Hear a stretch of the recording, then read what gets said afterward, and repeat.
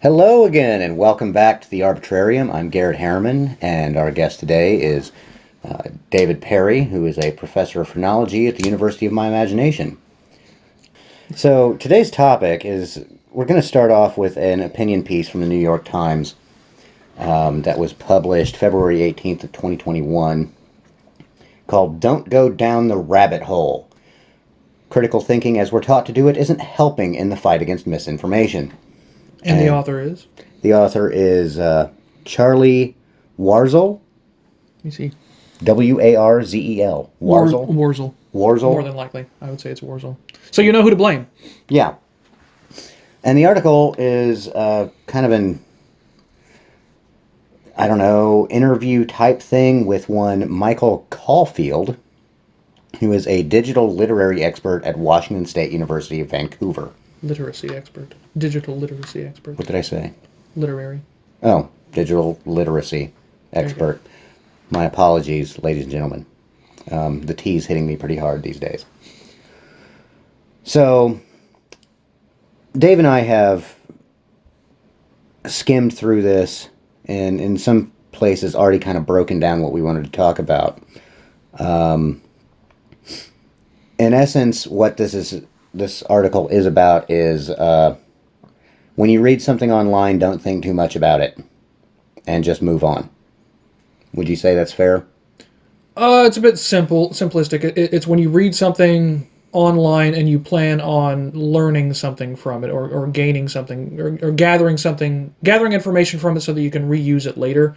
I mean, it's still, if you're going to look something up to try and gain some kind of knowledge, then don't think too hard about what you're reading the moment that you read it.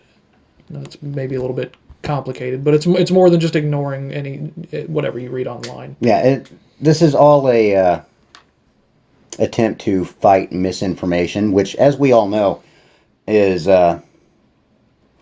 it moves around the internet at lightning speeds. Misinformation? Oh, yeah. Yeah, misinformation. I think, quote, I believe Ben Franklin maybe said something along the lines of, a lie will travel around the world before the truth has a chance to get its pants on. Yeah, I know I've that heard quote. that before. I just don't know if it's Ben Franklin. We I'd be surprised if it was. We are down one fact checker tonight, so you're going to get 100% grade A USD top choice sirloin bullshit, basically. So we will do our best to fact check, but really ironic given the subject. Yeah. And they said we were pretentious. The laptop that we normally have up is out of commission for the moment, so we just have our phones, and we need to have one phone recording, hi, and the other phone with the article in question up. So, ooh, speaking of which, one moment please. I'm going to turn the volume on this phone down so it doesn't yammer at you. There you go. Okay, yay! That should be good. I'm going to do the same over here. And that should cut down on the table noise too if something comes through, since I turned off the vibrate. Here we are, thinking with our butts. So, Mr. Caulfield says, and we quote from the article, "We're taught that in order to protect ourselves from bad information, we need to deeply engage with the stuff that washes up in front of us. You'll get imperfect," or he suggested that the dominant mode of media literacy, in parentheses, if kids get taught any at all, is that you, quote, "You'll get imperfect information and then use reasoning to fix that somehow, but in reality that strategy can completely backfire." Maybe I'm maybe I've got that boomer mindset, but I don't see how you can really engage with anything without thinking about it. Okay, well, my first reaction to it was, you're criticizing engaging in what you're reading deeply if you're trying to gain something from it. It's like, no, that doesn't make any sense. If you want to gain something from what you're reading, if you want to be able to comprehend it and then critically comprehend it and then be able to use that information later, you have to engage it on somewhat of a deep level. Right. I think he's making a mistake there, but I think maybe I think maybe the implication, the implicit thing that he's stating, and I may be adding too much to this, is that if you, the average person brings a lot to the information that they read, and if they try to engage with it too deeply, and we get into this a little bit later, but if they try and engage with it too deeply or on a very, very deep level, the depth of that is more related to whatever biases that they're bringing to the information than it is what's present in the information itself. I think that's the concern that he's maybe trying to get across, to be as fair as I can to him. Okay, yeah, you're being more charitable than I would be. He sums it up with, or the author sums up what Mr. Caulfield says. In other words, resist the lure of rabbit holes, in part by reimagining media literacy for the internet hellscape we occupy. That flowery. Yeah. Yeah. Well, he's a writer. Right. Didn't learn anything from Hemingway. So maybe learned a lot from Wordsworth. What was it? Poor Wordsworth. He thinks big emotions come from big words. I think that was something Hemingway said. That sounds like Hemingway. Yeah. So he goes on. The author goes on. It's often counterproductive to engage directly with content from an unknown source, and people can be led astray by false information.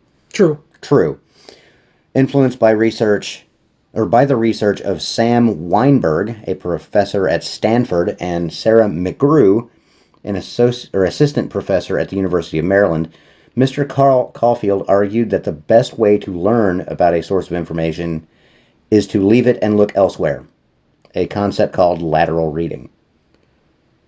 That's not terrible. I mean, I tend to... To be charitable, I can understand where he's coming from there. Sorry, we had a brief interruption there. So, yeah, being charitable... I can get where he's coming from, but again, that comes from, that is all about context. Like, if you're reading a news article about, I don't know, the CERN collider, and it's a kind of a pop science article, yeah, and you want to learn more about how the CERN collider works, yeah, go read somewhere else more specified for the CERN collider. Mm-hmm. But they're talking specifically about how to counter misinformation and... I suppose the word these days is fake news. I don't know. I think you have to kind of engage with what they're trying to say first to understand what they're trying to say. Yeah, you need to get everything in context before you go to a completely different area. Right. You can still critically evaluate false information. Right. I mean, you can critically evaluate the information and engage with it, and not come away believing it. You know, I think there's a conflation there that he's making. It's like, just because you're critically evaluating it doesn't mean you're coming to believe it or that you're giving it more credit than it deserves. The next paragraph, I don't know. Yeah, the next paragraph kind of undercuts that that kind of idea. Specifically talking about the website Stormfront, a white supremacist message board. So, for instance, imagine you were to visit Stormfront to try to understand racist claims in order to debunk them. Mr. Caulfield, quote, even if you see through the horrible rhetoric, at the end of the day you gave that place however many minutes of your time. Even with good intentions, you run the risk of misunderstanding something because Stormfront users are way better at propaganda than you. You won't get less racist reading Stormfront critically, but you might be overloaded by information and overwhelmed. That's insulting. Yes, that is very insulting. That's him literally saying, you're kind of too dumb to go into this and not be negatively affected by it. Right. It's like, no.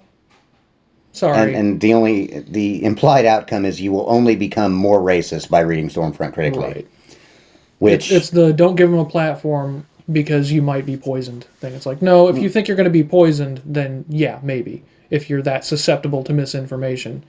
But he already, he qualified, well, not really qualified, but he began that with saying, well, if you're going to go to Stormfront to learn about, you're already going to Stormfront specifically to learn more about racist their racist propaganda and things like Yeah. that. So you're already going into it thinking you know what it is, and maybe you do. Maybe you have a It's good idea what Stormfront. it You is. probably do. Yeah. So you already know what you're getting into. Not many people just, I'm cruising the internet one day. Oops, Nazis! Yeah. So That doesn't happen. no, probably not.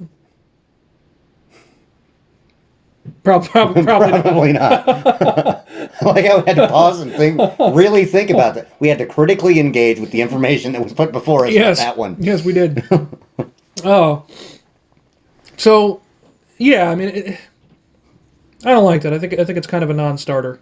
To be honest, it's like, no, I'm not too dumb to, especially if I'm already going there thinking that they're all a bunch of racist Nazis, which It's Stormfront. Yeah. Like I know what I'm getting into. Right. That you might be overloaded by information and overwhelmed. Mm-hmm. I'm a data junkie, and yes, I've been overloaded and overwhelmed.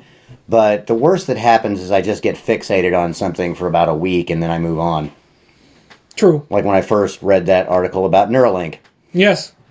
How long was I talking about brain-computer interfaces? Well, the first conversation we had was at least a year ago. It might have been longer than that. But I was fixated on that for like 2 weeks. Oh, yeah. Yeah. Yeah, that's a thing that you do.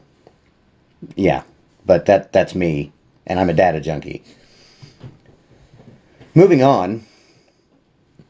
Our current information crisis, Mr. Caulfield argues, is an attention crisis.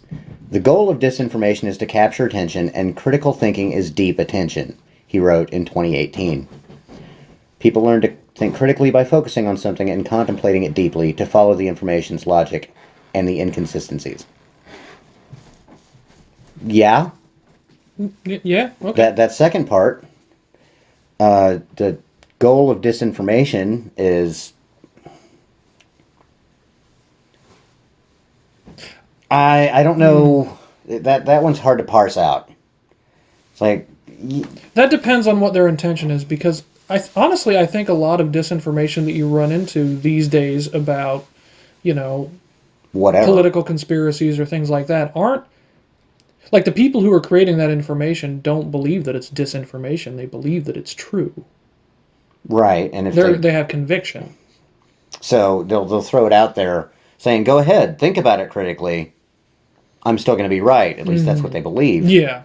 They honestly think that that's a conspiracy theorist thing. It's like, if you actually take this to the extent, like the reasonable, quote, reasonable extent that I have, if you really, really do, I mean, that's like the thing whenever you hear a conspiracy theorist talk, or you hear something on like one of those random YouTube people or Facebook or something, it's like, if you do as much research as I did, you'll know. It's like that sort of attitude.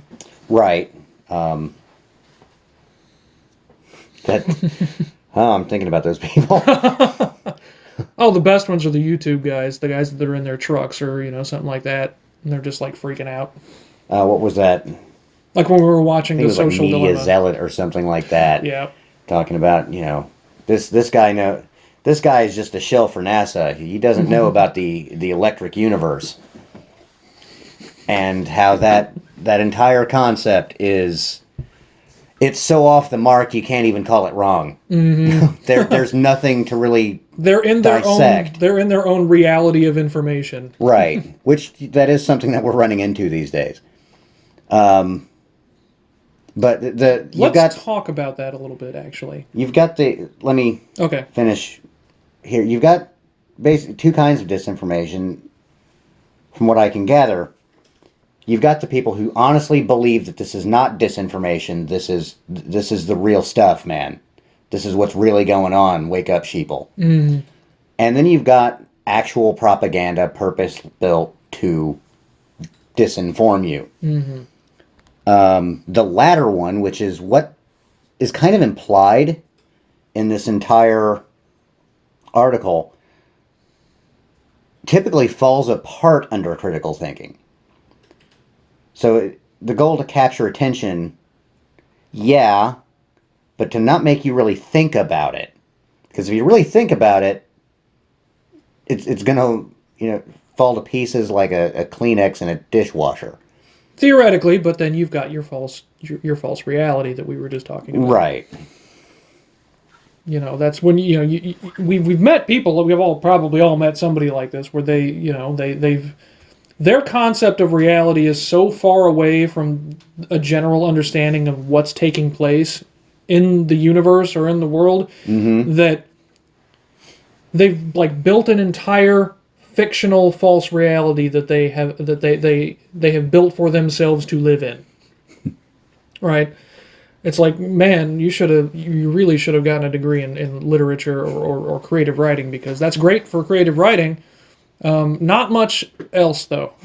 Say what you will about delusions of grandeur. At least they have a mythos. It's an altering of Big Lebowski quote. Oh, okay. Say what you will about That's the right. tenets of National Socialism. That's right. At least it's an ethos. Right.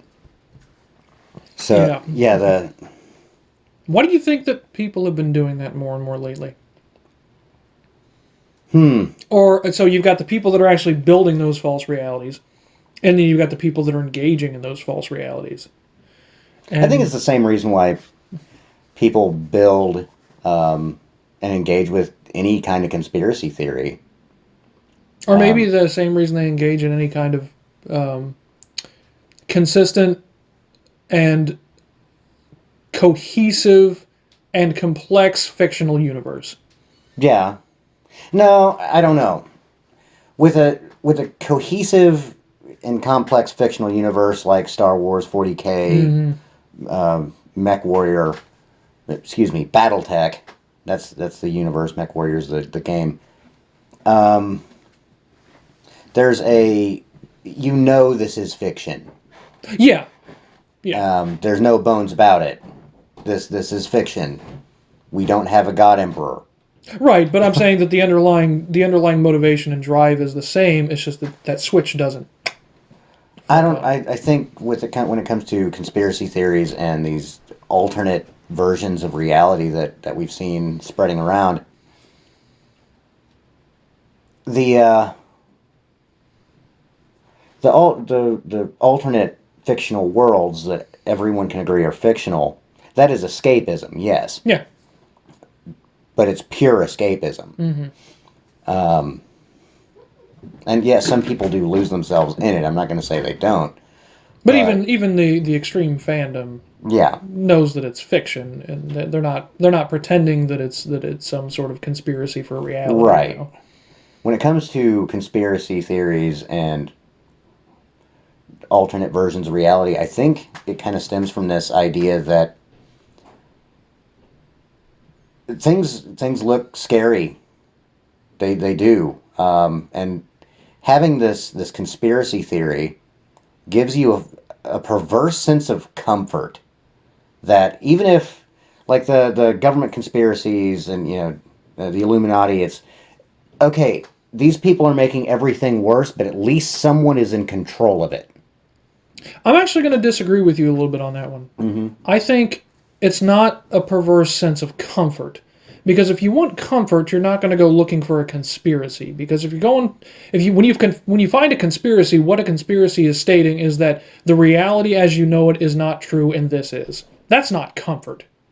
I think what you actually are getting out of that is, I think you're right about times feel a little strange right now, and have felt that way for a little while. I think what it is more of a perverse sense of knowledge, or maybe control, but knowledge is probably a better word for that. It gives you a false sense that you have an understanding about what's happening around you.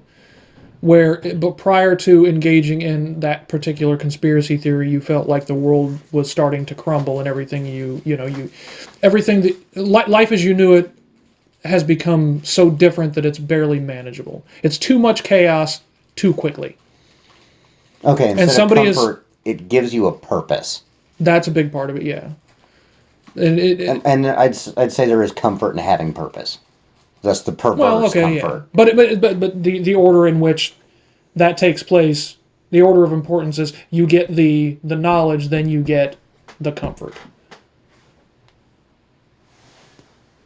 So, hang on one second, folks.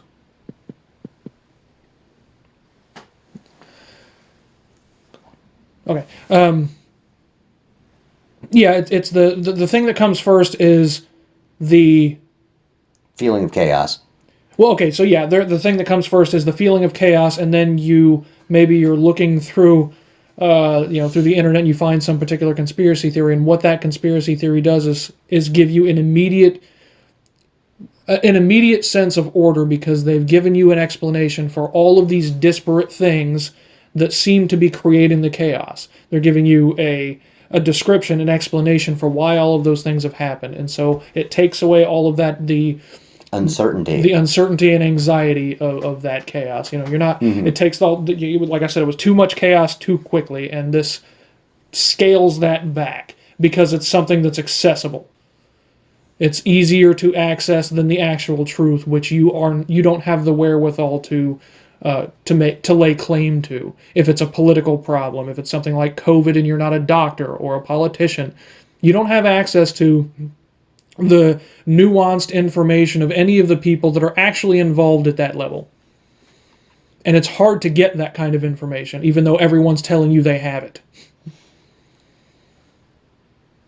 That's what a conspiracy theory does for somebody who's prone to those kinds of things. I'd argue it's not hard to get a hold of the information so much as it is to grok the information. I'd say it's hard to get a hold of the information because of how much disinformation there is, or misinformation. And it's hard to tell which thing's which. Like, would you trust... Okay, well, how many people know about Google Scholar, I suppose? I do, it's a good resource. I use it whenever I'm doing anything like that. You can find pretty much any published paper in the world on that. Yeah. And if they're charging for it, just look for the author's name and try and email them, because they're usually happy to give it to you for free. Right. Thank you, science writing class, for teaching me that. But I think we're kind of saying the same thing in different ways. I think there's a perverse comfort, and you're saying it goes deeper than comfort, or it isn't comfort, but it gives a sense of order, which in and of itself is a comfort. Fair and enough. Talking about chaos reminded me of one of my favorite fake Jordan Peterson lines. Which one is it? When you find a girl and you pull your dick out and she pulls her dick out, that's chaos. You're in the belly of the beast, man, and you don't know what to do. I love that one. That is a good one. I forgot about that one. You're probably going to, audience, you're probably going to get a fair amount of Jordan Peterson references. We both tend to like him a fair bit. Yeah. Probably me a little bit more than Garrett, because I've consumed so much of what he's done. So, yeah. Yeah, we think he's an absolute Chad. But before we move on, I think we're going to have a word from our sponsors. So, see you in a few minutes. Doe, John Omnicorp Unlimited presents Doe, John Funeral Service. If it's Doe, John, we'll bury it. If it's Doe, John, it's our product. And we're back, ladies and gentlemen. And we're moving on with the article, Don't Go Down the Rabbit Hole, from the New York Times. The next paragraph is that natural human mindset is a liability in an attention economy. They're talking about the human mindset to give something deep attention when you don't quite understand it. It allows drifters, conspiracy theorists, trolls, and savvy attention hijackers to take advantage of us and steal our focus. Mr. Caulfield, quote, "Whenever you give your attention to a bad actor, you allow them to steal your attention from better treatments of an issue and give them the opportunity to warp your perspective." God, this is so insulting. Yeah. There's a presupposition here that we've already talked about, but I think it bears repeating, that the presupposition is that the average person is too stupid to know the difference. Right. Yeah. It's a good thing that we're not taking their advice on this article. True. Because we're giving it the utmost attention. Line for line, damn near.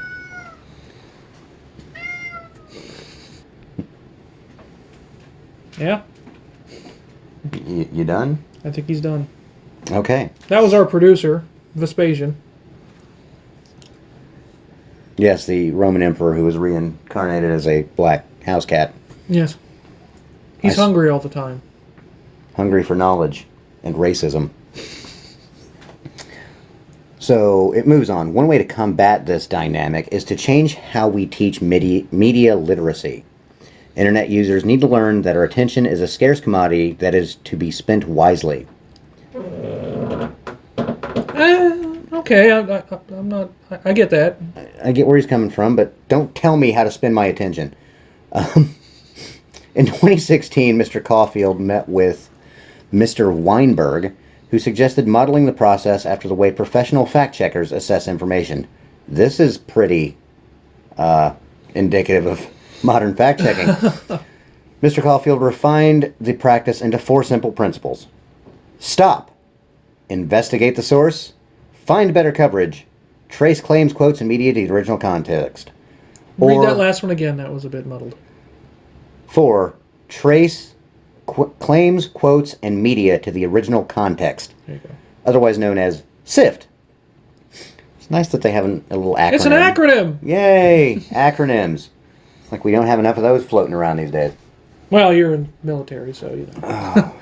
Your Not existence anymore. is acronyms. We used a lot of initialisms, actually, and most people don't know the difference between an initialism and an acronym. They just throw them all together, and I take personal exception to this. As a point of order, I have to explain this. An acronym is something that can be pronounced phonetically as you read it. It's an initialism that forms a word. Right. An initialism is simply the first of each of the words in the little phrase. Yeah. Just thrown together. SIFT, laser, radar, those are acronyms. Those are acronyms. Yes. FBI, NSA, those CDC. are CDC, QDR, DMR, Penelope Cruz. PDF. Those are initialisms. If anyone tries to tell you otherwise, write them a sternly worded letter. Don't visit violence upon them. Just covering all our bases. Right. I don't want to have to disavow myself a week from now. So that's SIFT. Stop, investigate the source, find better coverage, trace claims, quotes, and media to the original context. We had some things to say about this. Well, the first one, yeah. The second one, yeah. Yeah, okay. The third one is where we get a little tricky.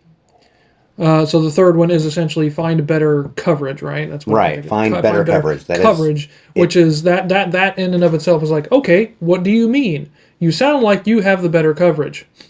What is that better coverage? And how do I know you're not spouting a different kind of misinformation here? Yeah. Well, he does go on later to describe what better coverage actually is. And it is embarrassing. Yeah. And then fourth, the trace claims, quotes, and media to the original context. This is where you and I had a bit of a difference of opinion. Yeah, it's that last word, context. Yes, anything should be taken in the context in which it is given. But ideally, I'd say not context, but trace it back to the original source and then read that source to get the original context. Don't just stop at what you think might be the context. Well, I think my thing is I think it's a little bit of both, because it's not about assuming the context, it's about discovering the context. I think that's what I mentioned when we were talking about this last time. I don't think that particular step of SIFT is necessarily is saying that you should be looking for whatever the context was that you're looking for the context that you're expecting, but you're actually going to discover what the context was and placing whatever information it is that you've just consumed within that context. I think that's important, that you do need to do that. Yeah, it's a minor gripe, but if you just trace it back to the source itself could be the thing that is intending to misinform you. But you want to know that too, so you still want to trace it back to the original source. I'm not going to tell you that you're stupid, for engaging in, Stormfront if you're going there to figure out what the hell they're trying to say. You can know that they're Nazis and still think, well, maybe I should know what these people are up to. You're not going to walk into Stormfront knowing that you're going into a Nazi den and then suddenly be charmed by the Nazis.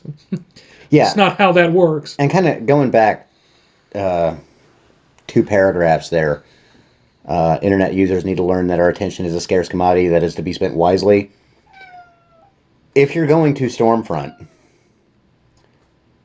and in the example that he references specifically to learn their claims so you can debunk them, that is a wise use of your attention. Because you can engage critically and you can come up with arguments against it. So, we're not endorsing Stormfront, just so everyone knows. No, not even the slightest. Not even once. But if you really want to get into the weeds and be able to debunk anything that they throw out there, you need to be exposed to it ahead of time. Yeah, you need to know what it is you're debunking before you can debunk it. Right. Stopping at "they're Nazis, therefore debunk it." Well, Well, it reminds me of a conflict that I got into, a minor little argumentative conflict I got into with one of our common friends. I don't want to mention his name directly on the recording.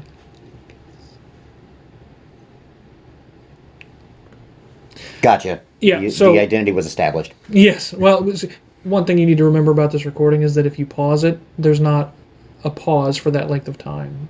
As soon as you pause it, it stops, and then you play it. You don't have to... Yeah, I know. Yeah, okay.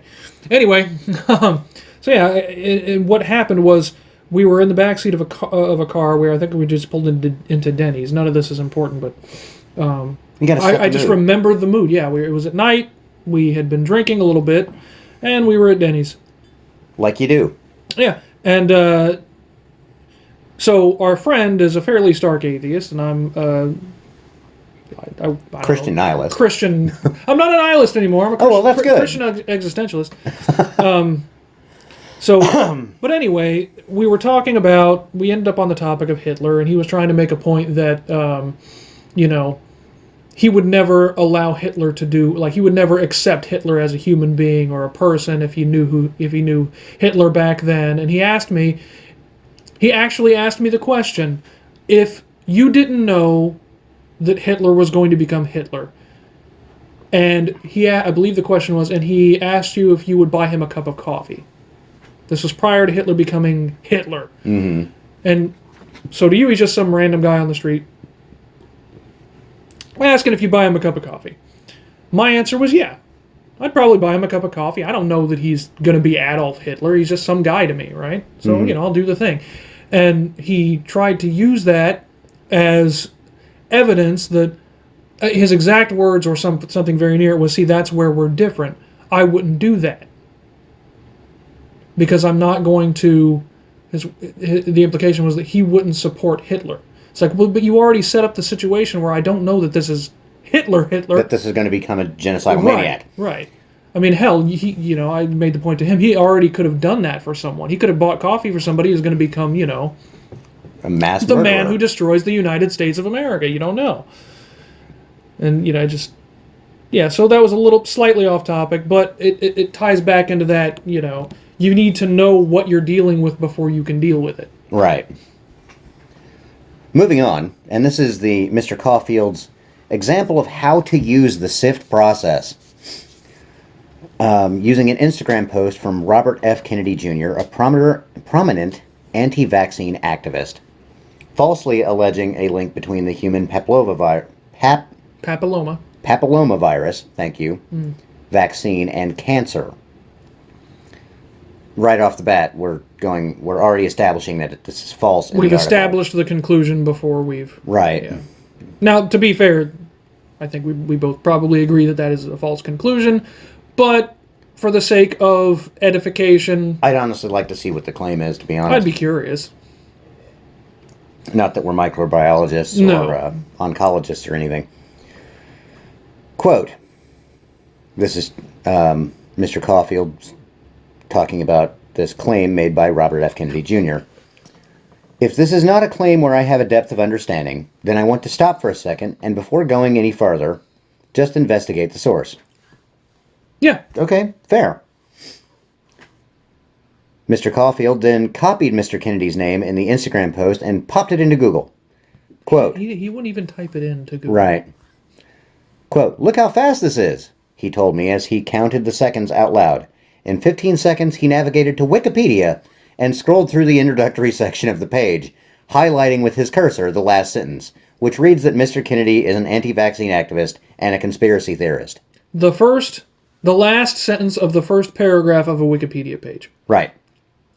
According to Mr. Caulfield, might as well be the God's honest gospel. That's being a little rough, but... Yeah, that's intentionally rough. Moving on, Mr. Caulfield, quote, "Is Robert F. Kennedy Jr. the best unbiased source of information about a vaccine? I'd argue no, and that's good enough to know we should probably just move on." See, I'd argue no, that's not good enough. Yeah. Because you're not investigating the actual claim being made. Right. You're in essence kind of doing an implied ad hominem attack. Yeah.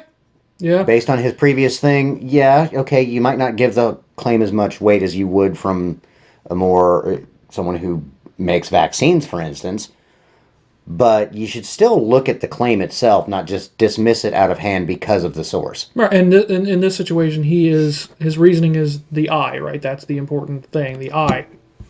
Mm-hmm. And it's like, well, okay, maybe you, and I think a lot of people make this mistake. Maybe he has done the research. Let's give him the benefit of the doubt. Mm-hmm. Maybe he has done the research. The people he's addressing may not have done that, so he still has to make the case. Mm-hmm. He has to make the case beyond... Now, this is just for an article, so I understand him not going into all this stuff. But given the situation, if you still have to make the case as if the people that you're addressing do not know the answer. You can't just say, right. well, I did the research, trust me, blah, blah, blah. Unless you are an expert not on that specific topic. You can't just be a digital literacy expert and presume that you are an expert on the information that that you're presenting to people, and then tell them to trust you on that. It's like, no, because you're not an expert on that piece of information, you're a digital literacy expert. Right. All you can really do is tell me, well, in theory, that the sources that you're discussing are either good or bad. They are suspect in this particular case. Yes. Moving on in the article, Mr. Caulfield probed deeper into the method to find better coverage by copying the main claim in Mr. Kennedy's post, excuse me, and pasting that into a Google search. The first two results came from Agence France-Presse, I don't speak French, fact check website, and the National Institutes of Health. His quick searches showed a pattern. Mr. Kennedy's claims were outside the consensus, a sign they were motivated by something other than science. I take issue with that last one. Go ahead and explain that, because this is another one where we diverge just a bit. Yeah. Okay, science is not built by consensus. No. Science is built by data, interpretation of said data, and experimentation to confirm. Experimentation is the important part. The original interpretation of the data. That is your hypothesis. You test the hypothesis, and then if it can be replicated, that is science. Or even if it can't be replicated, you've gone through the process. We all know the scientific method, or at least I hope we do. Yeah, to be fair, the inability to replicate it tends to be more often the case. Like that's, it's the, At least Edison you don't, or at least you now know that doesn't work. Right. You're still building something by a negative experiment. Yeah. You didn't find the right way to, make a light bulb. You discovered all the ways to not make a light bulb. Right. Which is just as valuable information. Yeah. And in the process of discovering how to not build a light bulb, you might discover something completely different. Yeah. Like copyright law.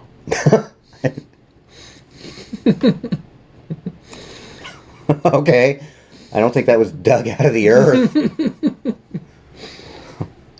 That's what the third tablet was. It was copyright law. Yes, that was God's copyright law. It was all fine print. Thou shalt not redacted. So going to the consensus thing, I can think of two examples off the top of my head where the scientific consensus in that area and in that time was completely wrong. And because that paradigm existed in people's minds that this is what actually happens, they wouldn't even consider to question anything that came from the outside. Galileo, which I hope everyone knows about because I don't want to go into in detail. You don't have to go into it in detail. Just assume that people are don't know everything about the things that you're discussing. Right. And don't be condescending. I'm trying not to be condescending. I'm trying to save their time. And the other one was the concept of plate tectonics. That was completely discounted. The guy who came up with it, the theory, was laughed out of every scientific hall that he presented the information to. And I believe he died before they found out, oh, wait, no, he was actually right. Earthquake got him. That's not what happened. Well, it might have been, but I don't know. I don't know how he died either, and I wish we had someone to fact check that one.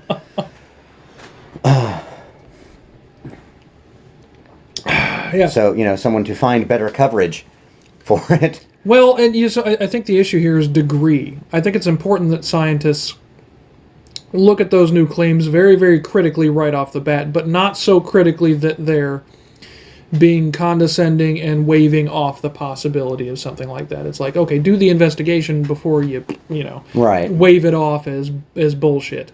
Right. And I will... There is some... While I do not agree that consensus is the... using consensus as evidence that it was motivated by something other than science, no, that's not a good indicator. But it can be kind of, all right, it's not the accepted view by most people in this field. Right. That's the best claim you can really make there. Yeah, and I think really to sort of differentiate that, you just see, okay, well, what actual research has been done on that claim, right? I mean, if it's not much, then it's like, okay, well, we'll take the appropriately critical amount. We'll take an appropriately critical view of it, but no more than that. Yeah, don't necessarily disparage it, but don't. Yeah. Yeah. This isn't a situation of extremes where you either accept it or you don't. It's like, well, I don't have enough information. I'm not going to continue my research or anything like that as if I think it's true or false. I have to default to false. There's no way around that.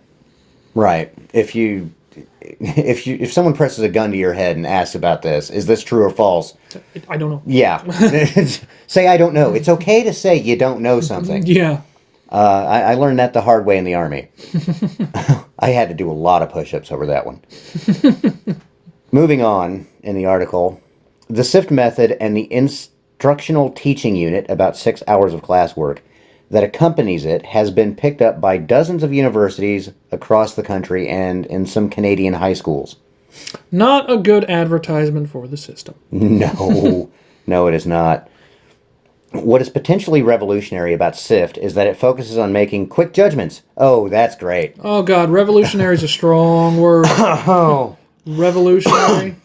Yeah, revolutionary. That's a red flag. Revolutionary, and it focuses on making quick judgments.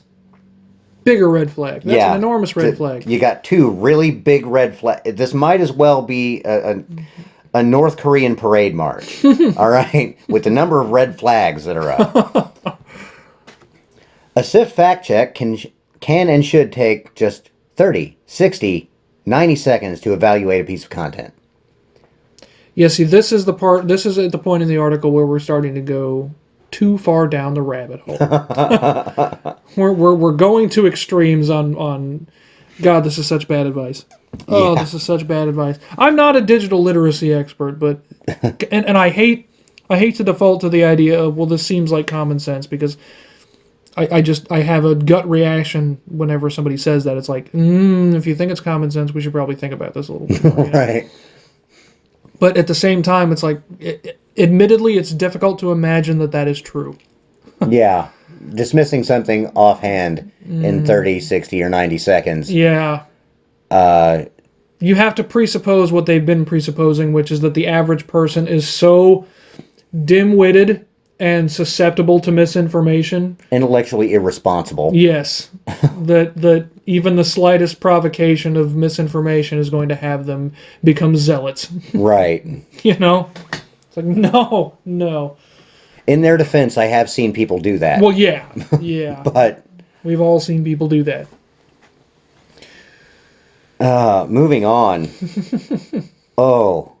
There's a lot to unpack in that previous one, but I got to. Did we mention that this was a New York Times article? Yeah, this is New York Times. Just so you know. This is opinion in New York Times. True. That is a good distinction to make. But moving on. The 4 steps are based on the premise that you often make a better decision with less information than you do with more. Oh boy. Where is this research? I need to know where this research is, because it obviously, if it's taking its own advice, it can't be very long. It shouldn't be a long read. Oh, and it gets even more insulting. Also, spending 15 minutes to determine a single fact in order to decipher a tweet or a piece of news coming from a source you've never seen before will often leave you more confused than you were before. I actually think it's still insulting, but I actually think that's less insulting. I can see where they're coming from, I can see but that one. It's adding more insult. It's don't look into it. If you had taken away all the other insult, that would seem fairly reasonable. Right. I think that's what we're doing. I don't know. If you took away all the other insults, this would still be insulting.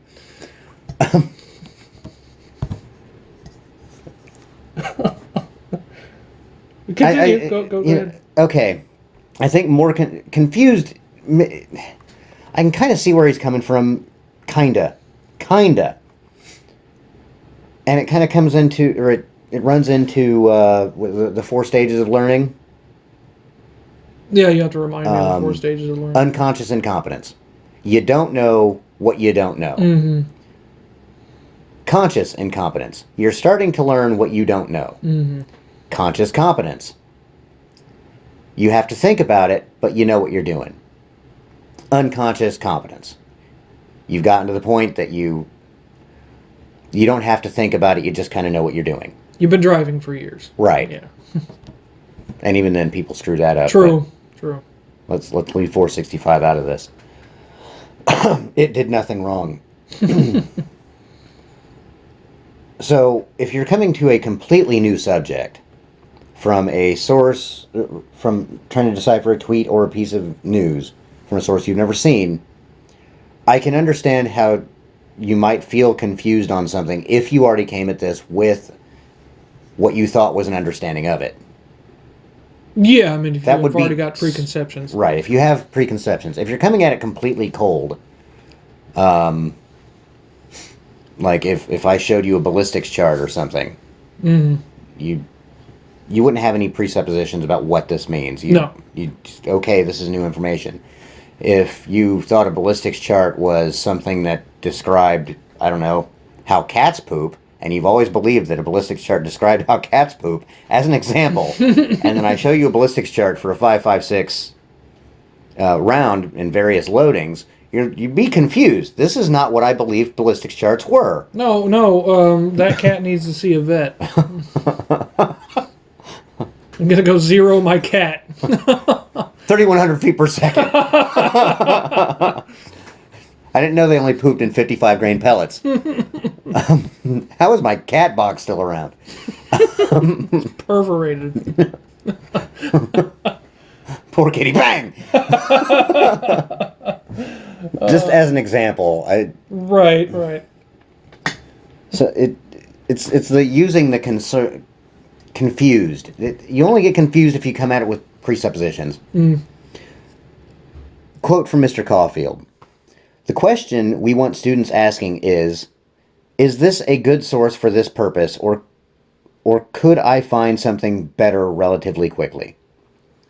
I've seen in the classroom where a student finds a great answer in 3 minutes, but then keeps going and ends up won over by bad information. See, that's a weird statement to make. Yeah. Because you're like, when you say something like that, it's like, okay, well, they found really good information, but they kept reading the really good information, and it became bad information. Is that like that seems to be what he's saying there? It's like he found the information, but then he kept going. Yeah, I think we need to read this one again just to try and understand it. Mr. Caulfield said, quote, "I've seen in the classroom where a student finds a great answer in 3 minutes, but then keeps going and ends up won over by bad information." Okay, maybe he's talking about not the same source. Maybe what he's saying is that the student researched the thing and in the first 3 minutes found a good answer, but then continued to research and found these other sources and then was won over by some of the bad information that he found. I'm assuming that's what he means. Being charitable. I need an example on that one. Moving on. SIFT has its limits. It's designed for casual news. Does. Yes, it does. It's designed for casual news consumers, not export. Edit this. SIFT has its limits. It's designed for casual news consumers, not experts or those attempting to do deep research. A reporter working on an investigative story or trying to synthesize complex information will have to go deep. But for someone just trying to figure out a basic fact, it's helpful not to get bogged down. I'm kind of taking this as leave the real research to the real experts. Yeah, I was going to say, this is kind of coming back to that, the point that I've talked about, not on the podcast, but in general before, where... And I think actually somebody said Breitbart made the same note that we're all journalists now. Mm-hmm. You know, and for whatever you think of Breitbart himself or the legacy that he left, that is a true statement. If nothing else, that is a true statement, because now we're all bloggers. We're all, well, as I've mentioned, and you know about essentially what's going to be the first line in my philosophy book, we're all philosophers. It's the same idea. Mm-hmm. It's like we're taking on the mantle of journalism by going out and thinking that we've researched something to the proper extent and then going back and sharing that information on social media. Right. That's how this stuff propagates. Right. This article almost kind of makes a claim similar to what we were dealing with the another one that we were watching called The Social Dilemma,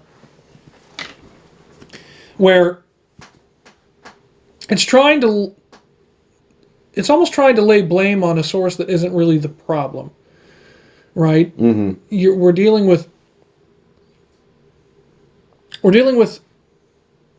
sort of a massive, convoluted version of the telephone game, because what we're essentially doing is we're getting a lot of our news from social media. We're getting it from people that we know and therefore have given a level of trust that they may not have earned in that particular realm, right? So we're trusting friends to give us proper information because they're our friends, when they may be sharing sources that are absolute horseshit, you know. And you can do that on either side. This is not a partisan issue. If your friends are posting things from Occupy Democrats, you probably should look at it twice, probably more. If they're sharing things from The Blaze, you might want to take a second look at it. Mm-hmm. You know, independently confirm what's being said. Yes. If somebody says something or somebody posts a Facebook graphic or something like that, don't just be like, "Oh, that's my friend. They're saying something true." And I've posted other things from the other 98%, and so I'll just post this one too. Mm-hmm. You know, that's a problem. That's how misinformation spreads. It's like that algorithm, right? When we were talking about The Social Dilemma, it's like, this is an analog algorithm that we're dealing with. This isn't even an algorithm that they put in the system, right? This isn't a Google algorithm. This isn't a social media algorithm that exists. This is a function of being a social creature. Right. This wasn't programmed into the social media. This is an algorithm created by the people who indulge in social media and engage in social media. It's a naturally occurring algorithm of misinformation. This was going on before social media was really even a thing. Yeah. Well, we called it the telephone game. Okay, now that I've been Purple drooled monkey on by dishwasher. my cat. Purple monkey dishwasher. Yes. My brother Tony hunts macaroni. That was the one that I remember. The purple monkey dishwasher thing is a Simpsons reference. Okay. It goes through like 5 people from the back of a crowd to the front of the crowd. And it ends up purple monkey dishwasher. That happened fast, but that's probably the joke. The PTA is disbanded, for those of you who know that episode. Moving on, Mr. Caulfield, Pretty sure that's the same episode. quote, "We've been trained to think that Googling or just checking one resource we trust is almost like cheating," he said. "But when people search Google, the best results may not always be first." That's fair. Good point. However, But the good information is usually near the top. Often you see a pattern in the links of a consensus being formed, but deeper into the process, it gets weirder. It's important to know when to stop. so he made a claim and then made the opposite claim. Right. That's problematic. Best results aren't always near the top, but the stuff near the top is usually the best. Okay. And his reasoning for that is that that's where the consensus tends to flow. Right. Toward the top of the Google results, completely ignoring the money trail, Right. which is if you can afford better SEO, then you end up at the top of Google results. Also, ignoring the algorithm of Google feeds back to you what, just like social media, it feeds back to you what you want to hear. Right. That's what it does. It gathers the information based on the stuff that you consume and then says, hey, you might like this, and starts putting that in that order. Mm-hmm. And that's how you end up as an extreme centrist. Yes, the extreme centrists. That apparently want to take away everyone's right to vote. Oh, yeah, That's that was my amazing. opinion, damn it. I didn't even fault the documentary for that. It was funny, and I know why they did it. Right. I'm going to turn that particular part into a lolcow in my own little head here. Moving on. Christina Latham, Ladam, Latham.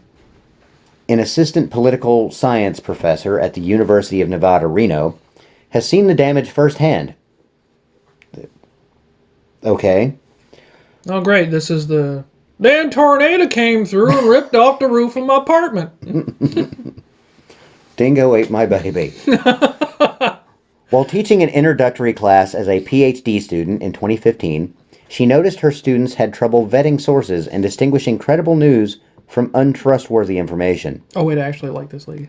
During one research assignment on the 2016 presidential race, multiple students cited a debunked claim from a satirical website claiming that Ben Carson, a candidate that year, had been endorsed by the Ku Klux Klan.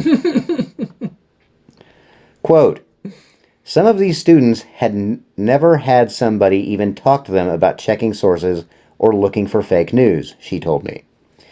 "It was just uncritical acceptance if it fit with the narrative in their head, or complete rejection if it didn't." Yep. Okay. That's a big problem. Yeah, that is a big problem. That reminds me of my speech class real quick. This is funny. I wish I could remember exactly what the headline was, but one of the students did a speech on the Titanic, and one of the pieces of evidence that they brought up, one of the articles that they brought up, was an Onion article about the sinking of the Titanic. Oh, God. It was hysterical.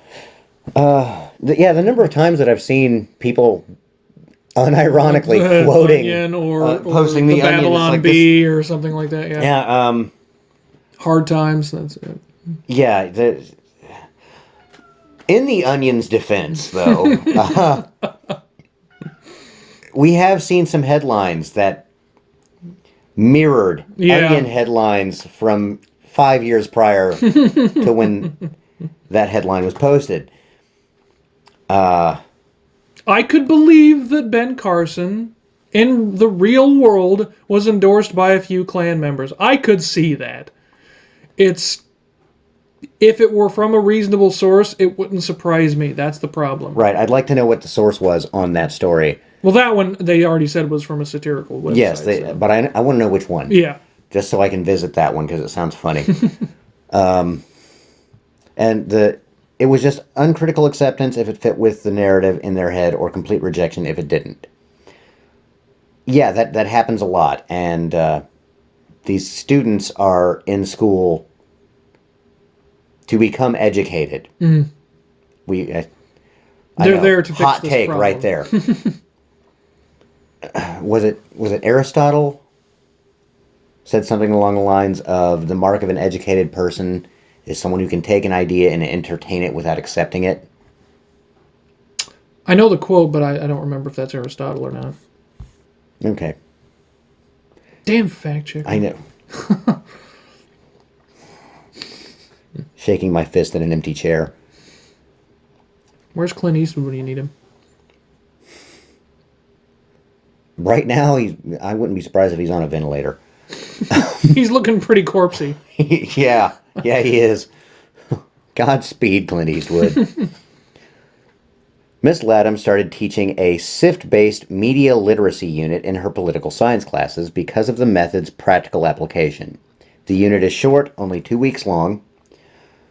Her students latched onto quick tricks like how to hover over a Twitter handle and see if the account looks legitimate or is a parody account or impersonation. They learned how to reverse image search using Google to check if a photo had been doctored or if similar photos had been published by the trusted news outlets. That's a good one. Students were taught to identify claims in Facebook or Instagram posts and, with a few searches, decide, even if they're unsure of the veracity, whether the account seems to be a trustworthy guide or if they should look elsewhere. That's reasonable. The goal isn't to make political judgments or to talk students out of a particular point of view, but to try to get them to understand the context of a source of information and make decisions about its credibility. The course is not precious about overly academic sources either. The course is not precious about overly academic sources that either. shows a weird word there, but basically it's saying that overly academic sources are not free from, are not free of scrutiny. Work on your diction, Charlie. I think this was a quote from the lady. I could be wrong. No, that wasn't a quote. Oh, okay. Quote from Mrs. Latham. The students are confused when I tell them to try and trace something down with a quick Wikipedia search, because they've been told not to do it, she said. For good reason. Yeah, but she does go on, and this is actually a good point. Not for research papers, but if you're trying to find out if a site is legitimate or if somebody has a history as a conspiracy theorist, and you show them how to follow the page's citation. That's important. Yes. It's quick and effective, which means it's more likely to be used. Okay, I can see the argument there. If it's using the reference section, that's good. Yeah, using the citations in the reference section, that's a good thing. And I can understand the argument right there. It's quick and effective, which means it's more likely to be used. Mm-hmm. Yeah, people are. So if they're going to use it, show them how to use it properly. Yeah, and people are less likely to use any process that is long and laborious. Yeah. As a journalist who can be a bit of a snob about research methods, it makes sense to me. In my head, I heard the Krabappa laugh. It makes me anxious to type this advice. Use Wikipedia for quick guidance. Spend less time torturing yourself with complex primary sources. Part of my brain hears this and reflectively worries these methods could be exploited by conspiracy theorists. Sounds like he's susceptible to misinformation. Yeah, it does. And he seems to be particularly terrified of conspiracy theorists. Charlie, the Earth is flat. But listen to Miss Latham and Mr. Caulfield describe disinformation dynamics. But listening to Miss Latham and Mr. Caulfield describe misinformation dynamics, it seems that snobs like me have it backward. Think about YouTube conspiracy theorists or many QAnon or anti-vaccine influencers. Their tactic, as Mr. Caulfield noted, is to flatter viewers while overloading them with 3-hour videos laced with debunked claims and pseudoscience, as well as legitimate information. Quote from Mr. Caulfield. The internet offers this illusion of explanatory depth, he said. Until 20 seconds ago, you'd never thought about, say, race and IQ. But now, suddenly, somebody is treating you like an expert. It's flattering your intellect, and so you engage, but you don't really stand a chance. That is true. That is true. Yeah, Because that doesn't speak on your capacity to acknowledge that that's happening to you. What it's saying is that this is the attempt. This is the thing that's taking place. You can still decide whether or not, or discern whether or not you're going to buy into it. Yeah, but anytime someone comes up to me and gives me a compliment, though they know nothing about me and my intellect. Oh yeah, I get suspicious immediately. Yeah, it's all right, buddy. What are you selling? I don't need any new windows. And I could use a bridge.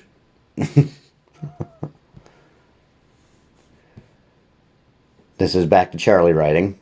What he described is a kind of informational hubris we have that is quite difficult to fight.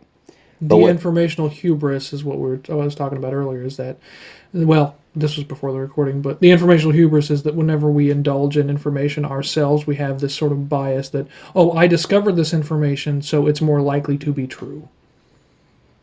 Yeah. Yeah, I see that. It's not true. Like, that statement is not true, but we have that emotional connection to it. Mm-hmm. That just makes sense to me. I think that's kind of inbuilt into the human condition. Yeah, but that doesn't make it good. Or true, for that matter. Well, going back to caveman days, hey, guys, I found a tree that gives out, that has great fruit. You should go try it. That's going to be different than if you were the guy who went out and found the tree. You're going to trust information that you find firsthand more than you're going to find secondhand. Yeah, but that's not necessarily firsthand information. Like, the example that you gave was where you're actually going out and dealing with the tree yourself. But if you're indulging in information from a source, then that's not firsthand information. That's still secondhand information. It's just that you saw it first. Right. But I'm saying that's probably the mechanism here. That kind of thing, where you're going to trust something that you find more than what someone else finds. The analogy still stands. Moving on. Hey guys, check out all these shadows on this cave wall I found. Those are some fine shadows, my friend. Yeah, hang out here. Let's watch those for a while. Where's the light coming from? Who cares? Get in the cave, eat the bugs. But what SIFT and Mr. Caulfield's lesson seem to do is flatter their students in a different way, by reminding us our attention is precious. These days, yeah, I can agree with that. Our attention is precious. There's a lot to consume.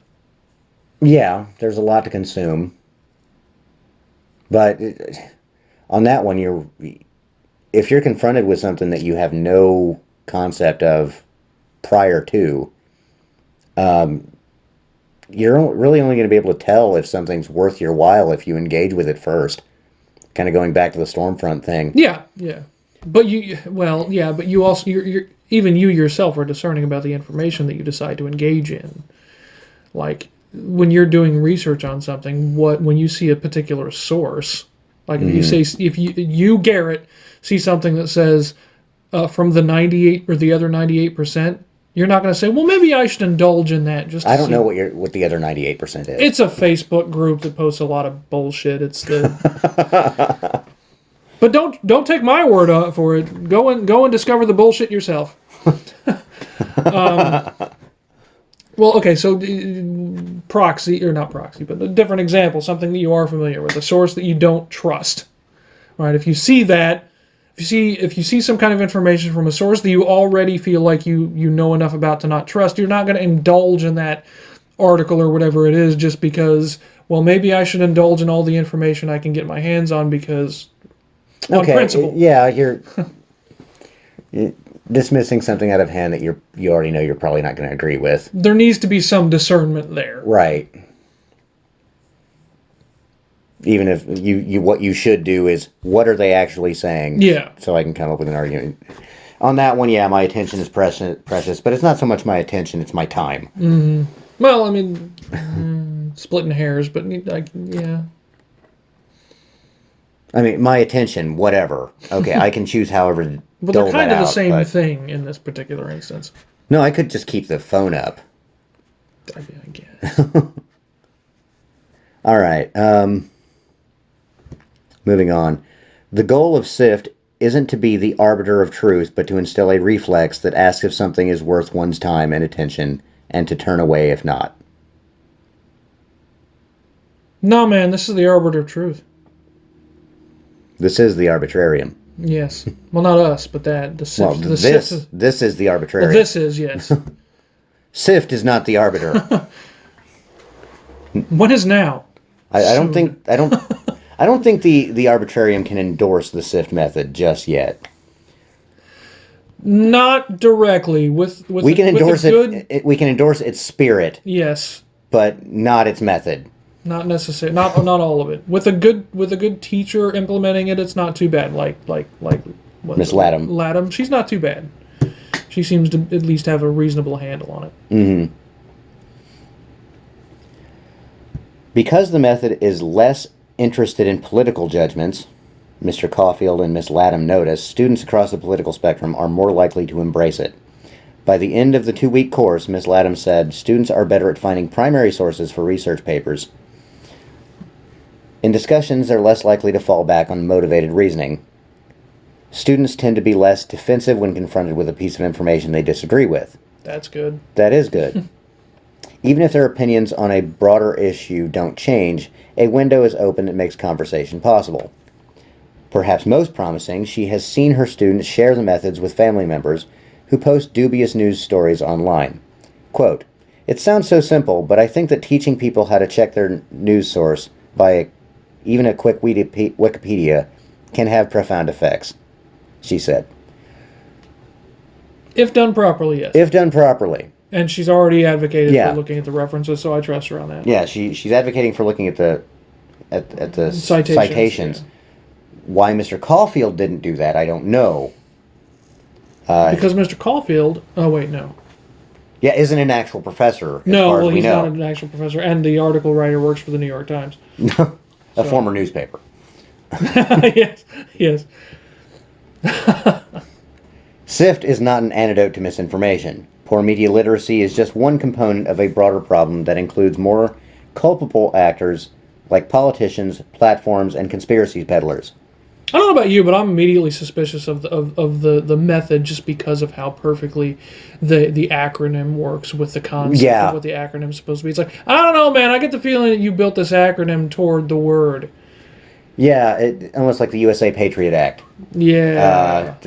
I almost feel they spent more time thinking about the acronym than how to actually construct it.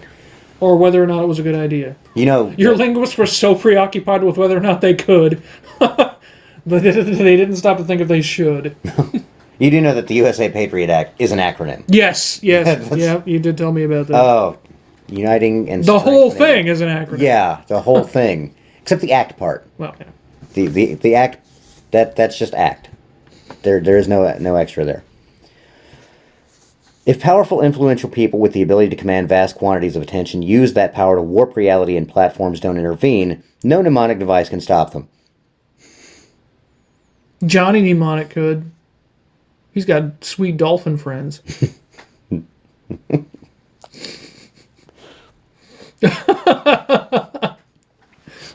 You son of a bitch. Excuse me, you absolute son of a bitch. But SIFT may add a bit of friction into the system. Most important, it urges us to take the attention we save with SIFT and apply it to issues that matter to us. Quote, Mr. Caulfield, "Right now we are taking the scarcest, most valuable resource we have, our attention, and using it to try to repair the horribly broken information ecosystem. We're throwing good money after bad." What? Do you need me to read that again? Because I kind of feel like I need to read that again. Yeah, one more time. Quote, "Right now we are taking the scarcest, most valuable resource we have, our attention, and we're using it to try to repair the horribly broken information ecosystem. We're throwing good money after bad." I guess maybe there's an implied money at the end of that. We're throwing good money after bad money? Am I confused? That's an idiom. Oh, is it? Good Money After Bad. Oh, okay. I've not heard that one. Basically, you're throwing more effort at a lost cause. Okay. Okay. Pearls Before Swine, something similar to that. That's one I haven't heard. You've never heard I've Pearls never Before heard Swine? Pearls Before Swine. Casting Pearls Before Swine? Never? Wow. No. That's surprising. Okay. That is a completely new one to me. Condescension. I'm condescending you right now. Our focus isn't free, and yet we're giving it away with every glance at a screen. But it doesn't have to be that way. In fact, the economics are in our favor. Demand for our attention is at an all-time high, and we control supply. It's time we increased our price. End of the article. But belaboring the metaphor a bit, or the, yeah, that's a metaphor. Analogy, maybe, at least. No, so you gotta do this, buddy. Oh, I knew it was checkmark. Oh, shit. Oh, yeah. We should find a place to throw an ad break in there somewhere. Yeah, we should probably... Oh! Producer Vespasian has given us the licking his crotch symbol, which means we need to go to the next sponsor. Doe, John Omnicorp Unlimited presents Doe, John Private Security.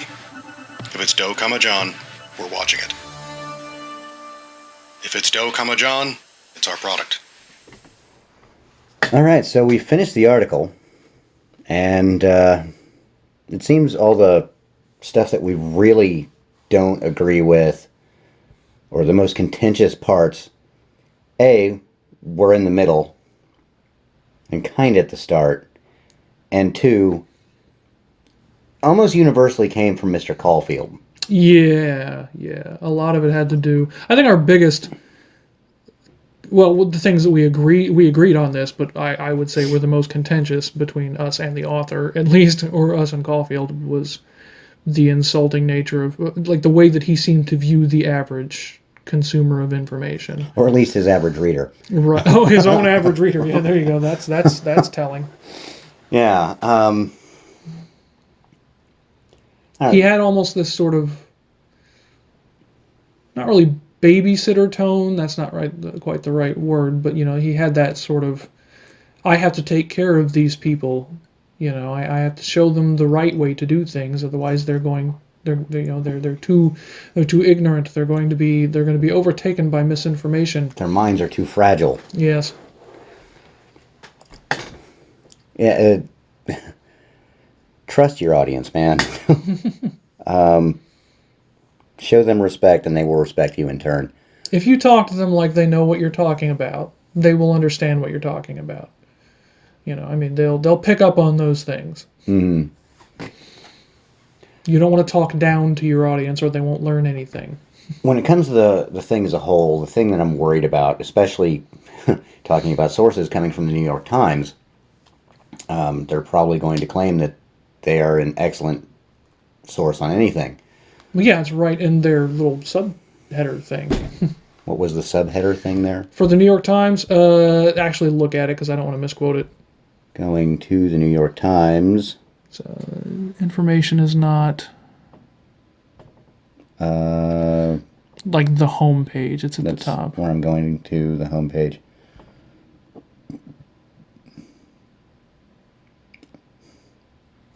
Nope. Yeah, I don't want to misquote it, and I can't remember it exactly off the top of my head, but the sort of slogan for the New York Times is along those lines. Okay. Kind of like how Fox News' old tagline used to be fair and balanced. Right.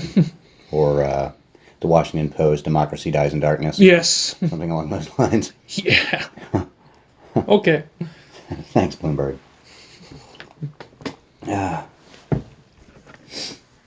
Yeah, the SIFT method. The assertion that people make better decisions with less information. Horseshit. Let's just call that what I'm pretty sure it is. I'm always reticent to commit to any particular thing. Yeah. Or any particular judgment, but that one's like, man, that feels like horseshit on the face of it. Yeah, I suppose, kind of taking that one. I I would like to have Caulfield here so he could explain that better. Yeah. See if he was taken out of context. Right. On that. Or was that Charlie? I don't know. Whoever it was that said it, I wish they were here so they would have an opportunity to defend themselves. That's right. Yeah.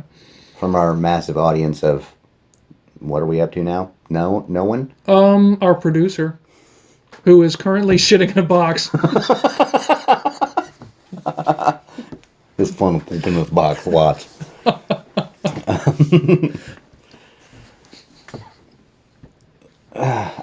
I had something, and I completely lost it. Okay. I might be going off the rails on this one, but the people tend to make better decisions with less information. Find the better source, and don't read too much into it. Just follow what the better source says. Is kind of an endorsement of, and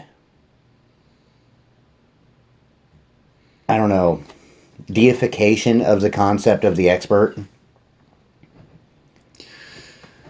I know my diction on that's a little wonky, but well, no, I know what you mean, and this is a big topic, especially right now, because I mean one of the major, I think it was actually Rand Paul that mentioned something like. In general, I actually kind of like Rand Paul for on a number of things, but I think he did say something that I thought was kind of dumb, which was, we've come to.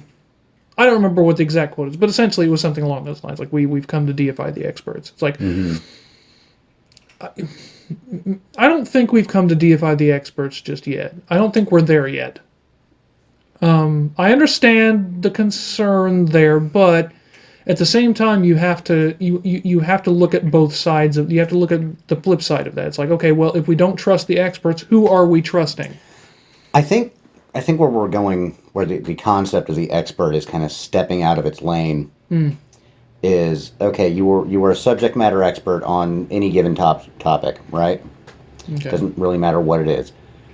Your job as the expert is to inform people what is going on in regards to insert something related to your topic. Yeah. To your subject matter. Where they're stepping out of their lane is proposing policy. Believe what the expert says regarding their own particular field of expertise. Makes perfect sense to me. Don't necessarily, swallow it whole hook, line, and sinker just because they're saying it. You need to look at it too, but err on the side of belief of what they're saying. I'll agree with that. It's when you're building policy based off of expert information, by the very act of building policy, they're stepping out of their lane. Because policy isn't just that one subject. It incorporates a lot of different aspects of civic, political, and personal life. Right, and the hope that you would have is that. So I mean, we'll use some real world examples. The hope that you would have is that Fauci, who has actually worked for the government and in his capacity as is he an epidemiologist? Is that right? I don't know. I do know he's the highest paid federal employee. I believe he's an epidemiologist. Don't quote me on that, but I think he's worked in that general field long enough that I think he could be considered an epidemiologist. Now that we're not reading that article, I can fact check this. But your hope would be that Fauci's expertise in epidemics and public health would combine with the expertise of the politicians, the policymakers, the lawmakers, all of those people who were involved in trying to decipher what should be done about an epidemic. Those expertise immunologist. An immunologist, okay. Yes. But you would hope that those expertise would sort of blend in that forum that they've built between each other because of the situation we find ourselves in. So you want to be able to trust in that connection and the information that is being that is what's the right word? The information that is coming out of that connection, I guess. Right. And this is where I'm going with the policy proposed. This is what would be most effective in what we'll go with the coronavirus thing. Mm-hmm. Notwithstanding Fauci's various things that I have against Fauci in how he's conducted himself over the past year, but it's his job to understand the issue, to understand the problem, and to bring that bring his understanding to the policymakers and the population at large. Right. Right.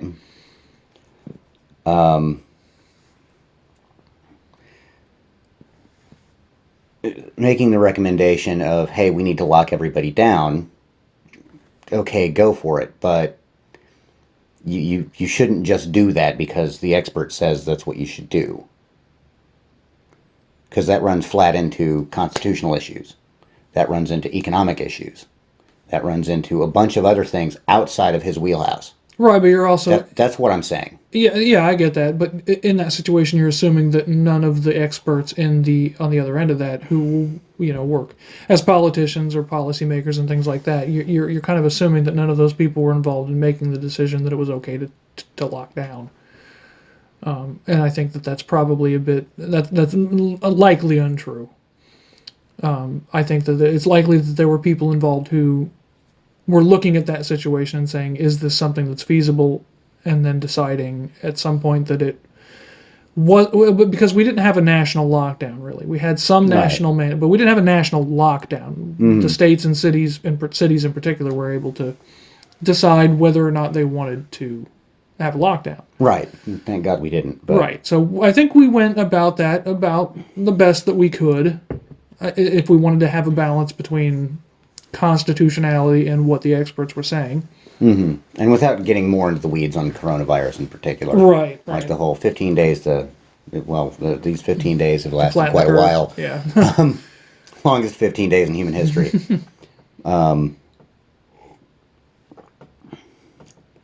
That's what I'm getting at, is don't take the experts' opinion on what should happen as holy writ. And I don't think we do. Most people, I'll give them the benefit of the doubt. I don't think they do. Trump certainly didn't. No. And no, I don't think... I'm sure there were economists nearby that were like, don't print that much money. Don't print that much money. Oh, he printed that much money. Yeah. Yeah. Oh. And we're... Mm-hmm. 66% of all the money ever printed in the United States printed in 1 year. Yeah, that's bad. That's real bad. That's real bad. I'm putting my money in Bitcoin. This is not financial advice. None of this should ever be taken as financial advice. No, none of this should ever really be taken as advice. There are some things that I will give advice on that I think people should probably take to heart, but that's not this. If I give you advice, put it into practice, and if it works, continue doing it. If it doesn't, abandon it immediately. Yeah. Do not sue us. And tell me about that, actually. That would be useful. Our audience they're not your personal guinea pigs, Dave. Well, it's not that if I give advice and it turns out to be bad advice, I'd like to know about it, so I stop doing it. Yeah, but you were telling them to go do it. Put it into practice and see if it works. That's good. That's a good thing to do, right? I'm not looking at them as guinea pigs, although there is a part of me that finds that funny. Disavow. I'm going to disavow myself now. If I'm giving somebody advice, it's because I put it into practice myself and it has worked for me. No, I'll just give it a think. Okay, so getting back to not going down the rabbit hole. But we went down the rabbit hole. Yeah, we went down the rabbit hole on the article saying don't go down the rabbit hole. I'm sure the irony is not lost on most people.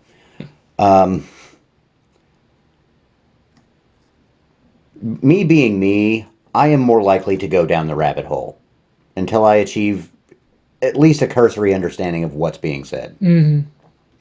That's an important distinction to make. Not a cursory understanding of the subject. Right. A cursory understanding of what is being stated. Right. And I will endeavor to independently verify statements of fact being made. If it's a subject that I already know quite a bit about, then then I will make snap judgments. Dave, you know I'm fairly knowledgeable. I might go so far to say as a firearms expert. I don't know enough about firearms to call you an expert, but I know enough about firearms and about you to say that you are very knowledgeable on firearms. Fair assessment. I know that a clip is not the same as a round, is not the same as a magazine. So when I hear, I can't remember the politician's name, say something along the lines of, it fires a .30 caliber clip. It doesn't fire bullets. Right. It fires clips. It fires the whole clip. In a gun that doesn't use clips, it uses magazines. You don't know the difference. And then the rate of fire that he throws out there is on par with a 6-barreled minigun. 50,000 issues of Cosmo in 12 seconds. That poor woman. 40,000 issues of Red Book in 5 seconds. I don't know what Red Book is. I was going to explain it, but I don't want to insult anybody who may be listening. The kind of joke about Red Book is it's sort of the magazine for women of a certain age. Oh, okay. Yes. Okay. The Tuesday morning of magazines. So I would be more inclined to go down the rabbit hole. Just knowing me. I'm not so scared of myself.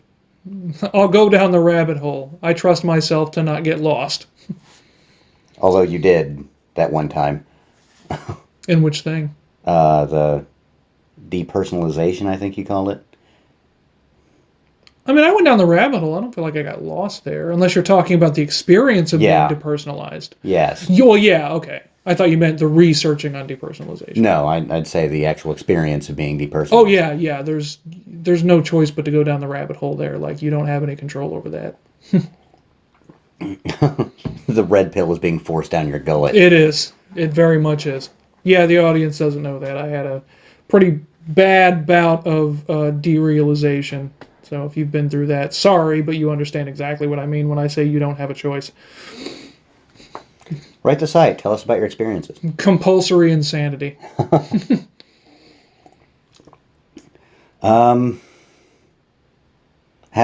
read the Sift, yeah, there's some interesting there's some interesting aspects to it. It has some utility, but don't discount things off the bat. Is what we're saying. This is actual advice, I suppose. I guess. Yeah, I feel like it's reasonable advice, though. Yeah. Yeah, don't discount things offhand. Don't be afraid of yourself. Go down the rabbit hole cautiously. That's all it is. Yeah, don't discount something immediately in 30, 60, or 90 seconds unless you actually are an expert on something. Yes. And even then, look at the claim first. Yeah. Don't look at the source, look at the claim. And even if the claim sounds absolutely crazy, it's like you can still go down the rabbit hole on that claim and not get lost. You know, that it's not... Or overwhelmed. Right. Overwhelmed. Overwhelmed. Yeah. No. You're smarter than that. So, any final thoughts before we close this one out? Soylent Green is people. Citation needed. The check is never in the mail. Holy writ. And that's not a sock in my crotch. Somewhere in between. I think that's all I got. All right. Well, it's been fun, ladies and gentlemen. I hope you guys have a wonderful rest of your till the next time you listen to us. Yeah, we don't even know when this is going to air, so we is. We don't know how long it's going to be in between, and we don't actually know what date it is when you consume this. This has been recorded on February 26, 2021. Yeah. You should probably know about that. Just in case some unbelievable, insane thing happens between now and the time this airs, and you're wondering why aren't they talking about that? Well, it's because it would be crazy if the apocalypse happened, like full on nuclear warfare, and the only thing media that survives were the first three episodes of the Arbitrarium. Oh man, humanity is so screwed at that point. Yeah, I think so. Although I think we've hit on some pretty important universal topics. I can't say whether or not we've given good advice on those topics. I think we've done them. Fortunately, we've been genuine about. Fortunately, we're not an advice column. True. So. No, this is not. What is that? What the hell is that really famous advice column? Ask Dear Abby. Dear Abby. There you go. Yeah. So this is not Dear Abby or, in comic form, Mary Worth. This is not Mary Worth. We could make it Mary Worth, but we won't make it. Soon I will have my very own apartment with my very own meth lab. Tommy the Tweaker. Well, have a good night, ladies and gentlemen. That's it. See you guys later.